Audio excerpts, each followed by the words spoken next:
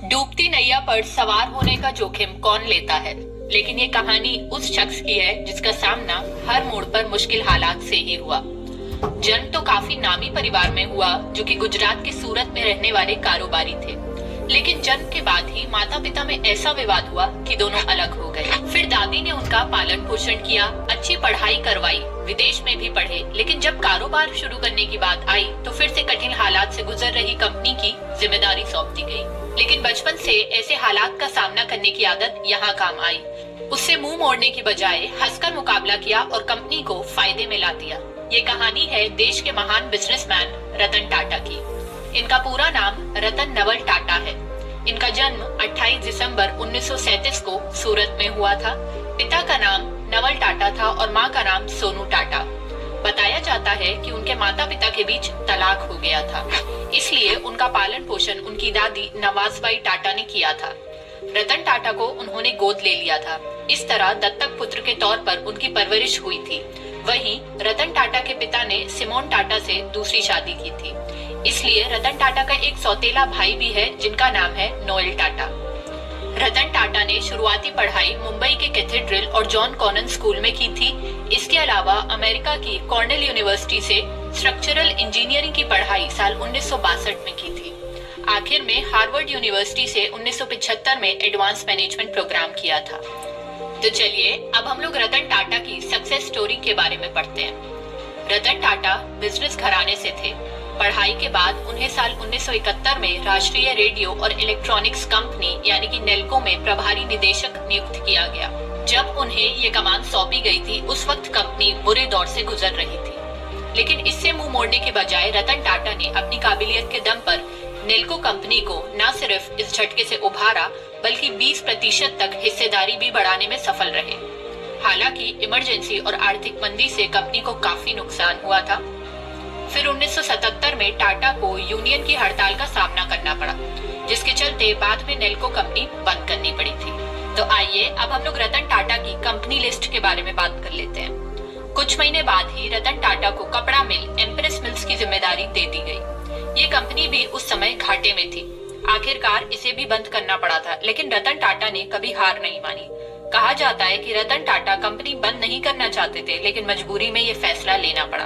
अब भले ही जिन दो कंपनियों की कमान उन्हें दी गई थी उन्हें बंद करना पड़ा, लेकिन इस बीच रतन टाटा की काबिलियत उनके परिवार को समझ आ गई थी। इतने बुरे हालातों में भी उन्होंने कंपनी को काफी हद तक ऊपर उठाया। उसे देखते हुए जेआरडी टाटा ने साल 1981 में रतन टाटा को टाटा इंडस्ट्रीज के उत्तराधिकारी बनाने की घोषणा कर दी। उस समय तक इनके पास ज्यादा अनुभव नहीं था, इसलिए विरोध भी हुआ, यानी ये भी उनके लिए मुश्किल दौर था। लेकिन रतन टाटा तो वाकई अनमोल रत्न थे। उन्होंने हार नहीं मानी और आगे बढ़ते गए। साल 1991 में रतन टाटा को टाटा इंडस्ट्रीज व इसकी अन्य कंपनियों के अध्यक्ष पद की जिम्मेदारी सौंप दी गई। इसके बाद ही टाटा ग्रुप हमेशा आगे बढ़ता गया। इनकी अध्यक्षता में टाटा ग्रुप ने अपने कई बड़े प्रोजेक्ट स्थापित किए और देश ही नहीं बल्कि दुनिया में भी उन्होंने टाटा ग्रुप को नई पहचान दिलाई।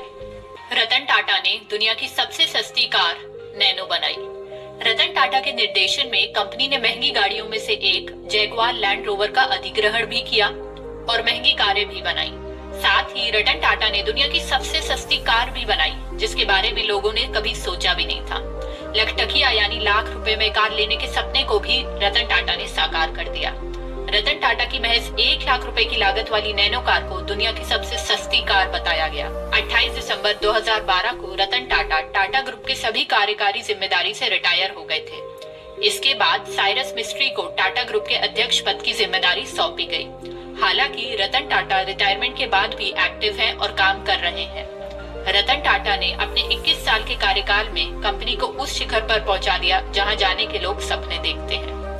कंपनी की वैल्यू 50 गुना बढ़ा दी। तो आइए अब हम लोग सबसे चर्चित रतन टाटा की कहानी के बारे में पढ़ते हैं। इस कहानी की शुरुआत हुई थी साल 1998 में।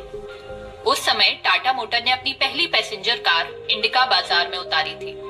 ये रतन टाटा का ड्रीम प्रोजेक्ट कहा जाता था, लेकिन रतन टाटा ने जो सोचा था वैसा नहीं हुआ।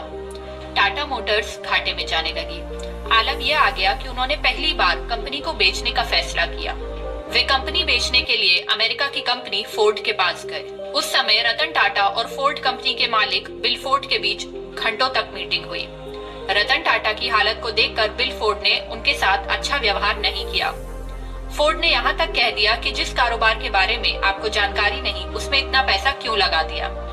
आखिर में तो फोर्ड ने हद कर दी और ये कह दिया कि ये कंपनी खरीदकर हम आप पर एहसान कर रहे हैं। ये आखिरी शब्द सुनकर रतन टाटा वहां से बाहर निकल आए थे और कंपनी बेचने के फैसले को कैंसिल कर दिया। उन्होंने डील भी खत्म कर दी।